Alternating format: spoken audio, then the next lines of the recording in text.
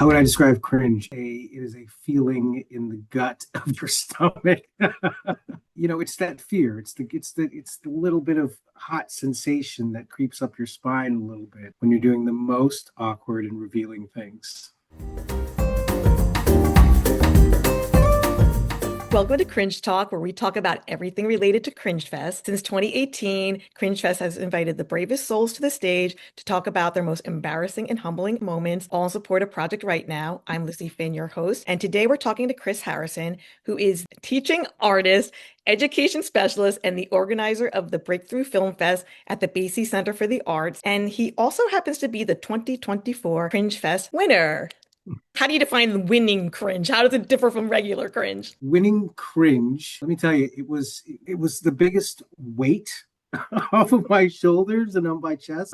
It was so freeing to kind of get out there and release kind of my inner self onto the audience, which in the most embarrassing way possible.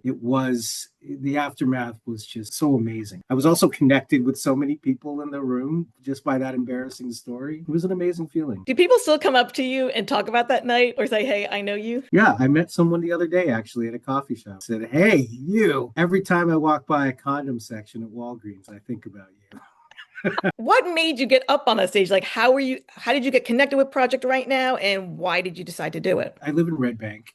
And so I've known about Project Right Now for as long as I've lived here, and I've always wanted to get connected and do something with yourself and with Jen and the entire organization. It was finding the right thing and finding the right time to do it. When I came on board to do Cringe Fest, I think I was a part of another story slam at the time. A few members from Cringe Fest saw me do a totally different story and had approached me about this. When I was asked to do an embarrassing story, I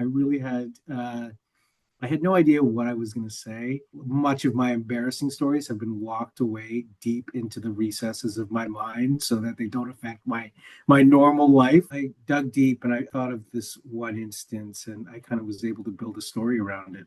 Was it hard to build that story, or what was that process like, the rehearsals? In thinking about the structure of a story, and not to get too technical about it, but I did want it to resonate and I wanted it to be impactful, even though it was a cringe-worthy story. I really had to sit with it for a while. It did take time for me to be able to unwrap some of the more revealing parts. Also develop the humor around it as well. When you were up on that stage and you were getting that response from the crowd, Uh, did you have a moment where you were like, oh, I'm going to win this thing?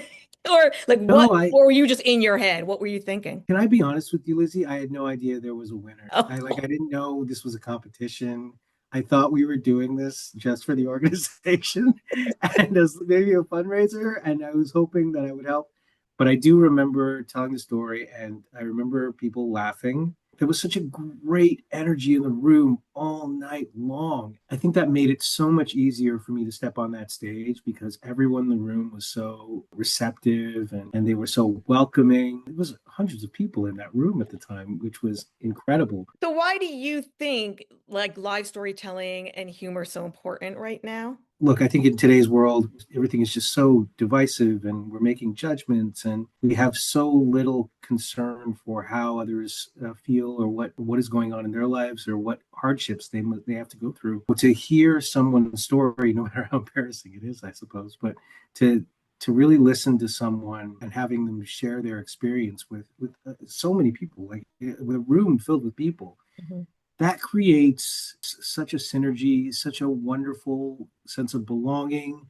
It creates community. If I were to say anything, storytelling creates community. Storytelling builds community. It builds bridges between different sides of the community. And to your point about laughing, I I think that what are the old saying? Laughter is the greatest medicine. I think that if we're able to laugh at ourselves and share the laughter with others who are laughing at you as well, or laughing at your story, what an amazing feeling that is. Just to have that room filled with laughter and joy, especially during such tense times when a group of strangers coming from different backgrounds can sit in the same space and agree that something that's what laughter is, right? Laughter is an agreement, right? Isn't it? If we can sit there and agree and enjoy and come together in community in a theater space, like how amazing is that? This will be our fourth year at the Vogel with Cringe Fest, and CringeFest is only 8, so it's half its lifetime. So it's a very special connection, and you have a special connection because of your work at the Basie. What makes that venue so special? The old side of it, right? The main space,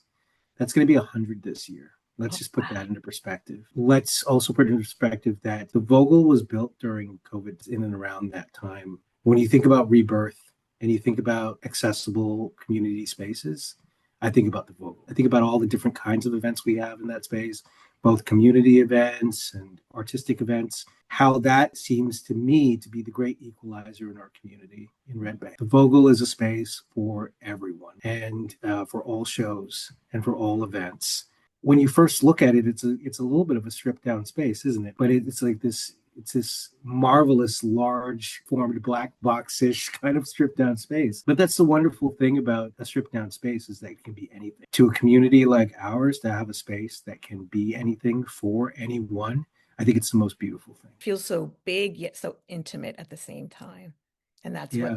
that's what Cringe Fest is as well. Chris, I want to thank you for talking with me today. I really look forward to this year's Cringe Fest to see who this winner is going to be, if they're going to top your story. Cringe Oh Fest is man. on Friday, April 17th at the Basie Center for the Arts in Red Bank, New Jersey. For more information, go to projectrightnow.org. Thank you very much.